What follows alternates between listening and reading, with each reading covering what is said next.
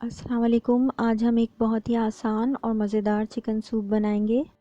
Recipe आपको पसंद आए तो इसे लाइक और शेयर ज़रूर करें। सूप को हम बहुत ही कम अज्जा के साथ और बहुत ही आसानी से बनाएंगे।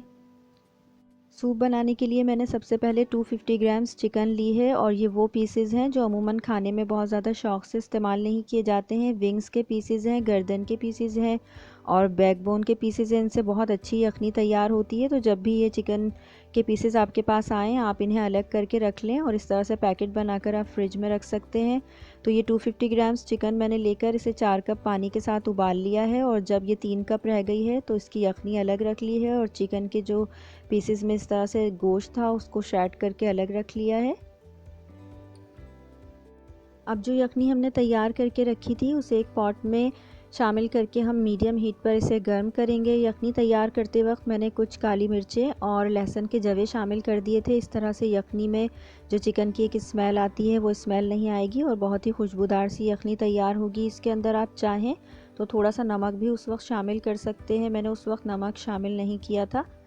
अब हम ये जो चिकन के पीसेस हमने श्रेड करके रखे थे वो भी इसमें मिला लेंगे और थोड़ी देर तक इसे भी मीडियम हीट पर कुक करेंगे। ये बहुत ही कारआमद होती है सर्दियों में। आप इसे बच्चों बड़ों सबको दें और इसको एक माइल्ड एंटीबायोटिक का काम करती है ये। जब यखनी गर्म हो गई है और इसमें हमने चिकन भी शामिल कर दी है तो अब कुछ अज्जा हैं जो मैं इसमें शामिल करूँगी। यहाँ पर आप अपनी मर्ज़ी से कोई सी भी वेजिटेबल्स शामिल कर सकते हैं और अगर आपके पास ना हो तो आप शामिल ना भी करें। मेरे पास ये गाजर है इस वक्त तो मैं इसको छोटा छोटा चॉप करके और 2 टेबल स्पून के करीब वो इसमें शामिल कर रही हूँ और अब हम इसे कंटिन्यूसली मीडियम हीट पर ही पका रहे हैं। गाजर शामिल करने के बाद इसके अंदर आप हस्बे ज़ायक़ा नमक शामिल करें। अगर आपने पहले नमक शामिल किया था तो उस हिसाब से इसे एडजस्ट कर लें। नमक शामिल करने के बाद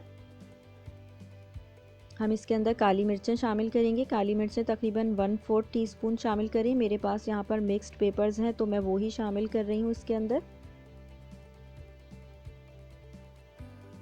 इन तमाम चीज़ों को हम मिक्स करते रहेंगे और इसके अंदर आप चाहें तो 1 टीस्पून सिरका भी शामिल कर सकते हैं। मैंने सिरका यहाँ पर शामिल नहीं किया है। इन तमाम चीज़ों को मिक्स करके मैं इसके अंदर चिली सॉस शामिल कर रही हूँ। कोई सा भी चिली सॉस आपके पास हो तो वो 1 टेबल स्पून के करीब आप शामिल कर लें। अगर बच्चों के लिए बना रहे हैं तो इसको आप कम कर सकते हैं।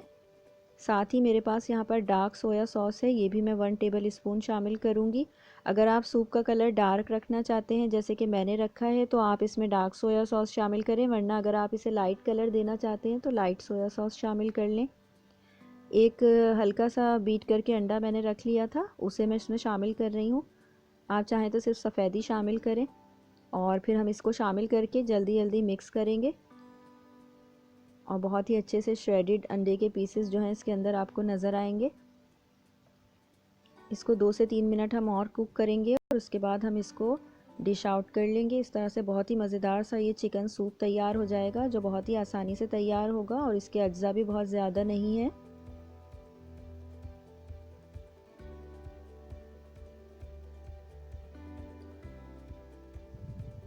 अब सूप को मैंने एक बोल में निकाल लिया है और इसको ऊपर से मैं गार्निश करूँगी कुछ हरी प्याज से।